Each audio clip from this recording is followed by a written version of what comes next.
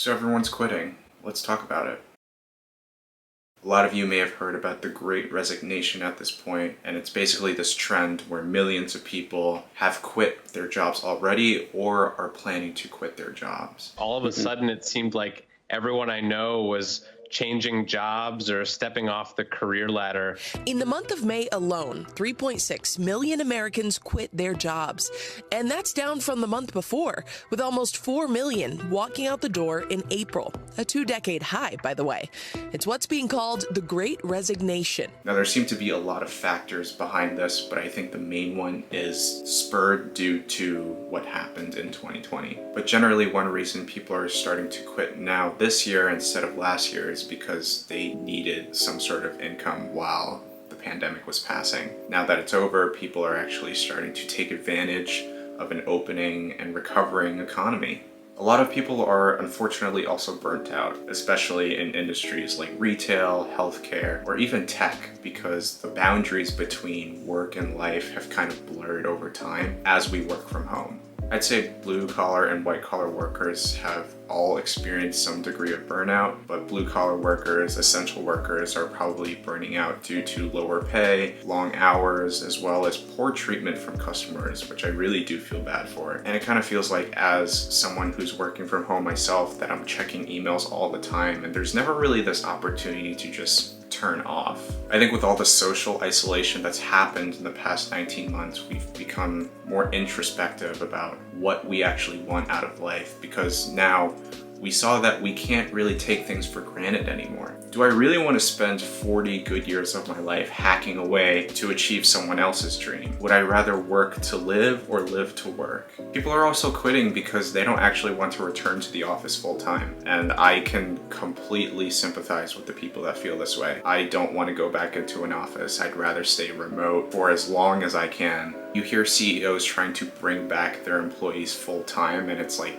pretty ridiculous, because you've probably already seen that people can be productive from anywhere as long as they have a laptop. So what's really the point of you making them come into an office? I feel like it's more of a matter of control. Now, obviously, I could totally be wrong, and not everyone wants to work full-time remotely, but a major reason as to why people are quitting their job is probably because they don't feel valued and they don't feel like they're trusted. You guys have probably heard the saying, people don't leave bad companies, they leave bad managers. You've had an experience with a boss that you probably didn't like as much because they made you feel dumb, they didn't trust you to make the right decisions, etc. So what people want from a new job and this new normal, I guess, really boils down to 3 things. One is better pay, more flexibility, as well as probably more happiness. Or you might argue that the third thing is a result of more money and flexibility, but you get the point. So how do I feel about this whole thing? Honestly, I'm on the side of the employees. Well, I'm actually an employee myself, so I kind of get it. Even before the pandemic, I'd kind of been dreading going into corporate life. Initially, when I first joined the corporate world, it was pretty exciting because it was novel and I got to experience professional life and kind of have my first taste at being an adult. But after my first job, I actually got a second job that I wasn't that excited about, and door to door, the commute ended up being an hour because I went to school in Boston and this internship was probably about 30-40 minutes away by car. So I didn't have a car at the time, so I literally carpooled with 3 other people,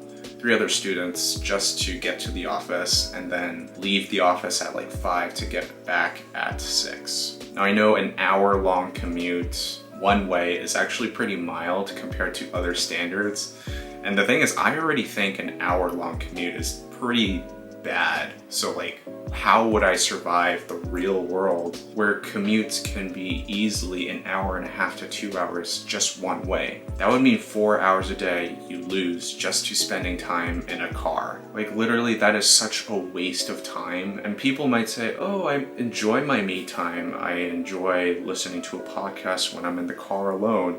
Like, I'm sure there are people out there, but I would rather just listen to music or listen to a podcast on my own time. Like if I were to go on a morning walk before work rather than be in a car or be in a train listening to it. Like, not having to commute to work is actually such a godsend now. And I'm really glad that because of the pandemic, people are actually normalizing remote work. I think everything we know about the world of work is basically being put into question. Like, the 40-year career is probably a relic of the past. You probably don't hear many millennials or Gen Z talking about being in a job for at least 10 to 15 years. I would say 20, but I don't think anyone's been alive that long to have that kind of career yet. But even the 40-hour work week is being questioned. I think Iceland has decided to do 4 days a week instead of 5 days. And I think it's had tremendous benefits to people's productivity in the workplace,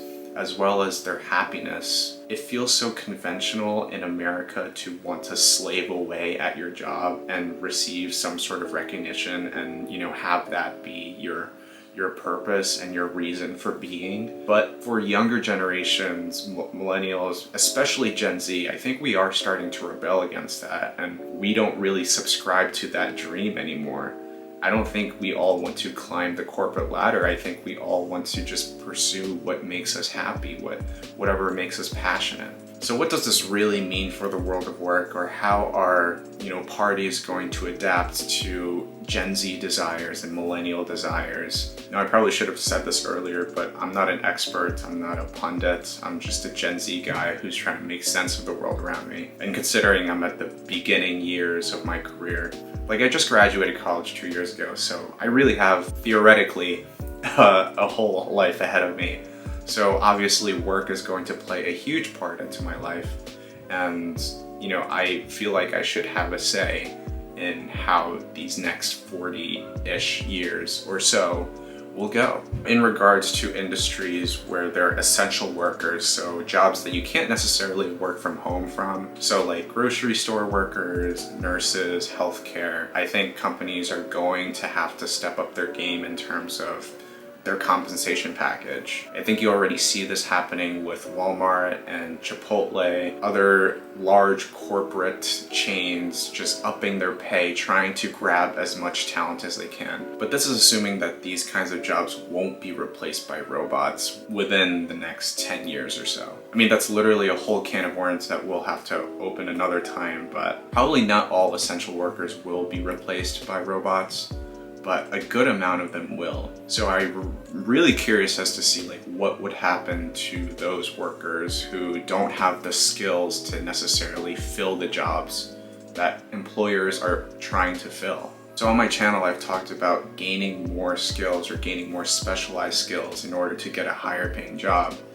But literally at the end of the day, there are jobs that just need to be done. Like sanitation workers, they probably don't have a glamorous job, but it needs to be done anyway. Same thing goes for plumbers, electricians, textile workers. Not everything can be automated. I think colleges are going to be affected too, based on what skills are being demanded for the current economy. Like if you are in STEM, if you want to be a lawyer or a doctor or an engineer, school is probably mandatory, and I would highly suggest you go to school for that. But for more liberal arts or maybe even business related stuff, I don't think college degree is mandatory. I got my bachelor's degree in marketing and management, and I understand that everything I learned from a textbook or a classroom isn't always going to apply to the real world. I'm not even sure if I actually remember a lot of the stuff that I learned from marketing at this point. And I feel like most of the knowledge that I've actually gained from marketing is actually being in a workplace and gathering experience from that.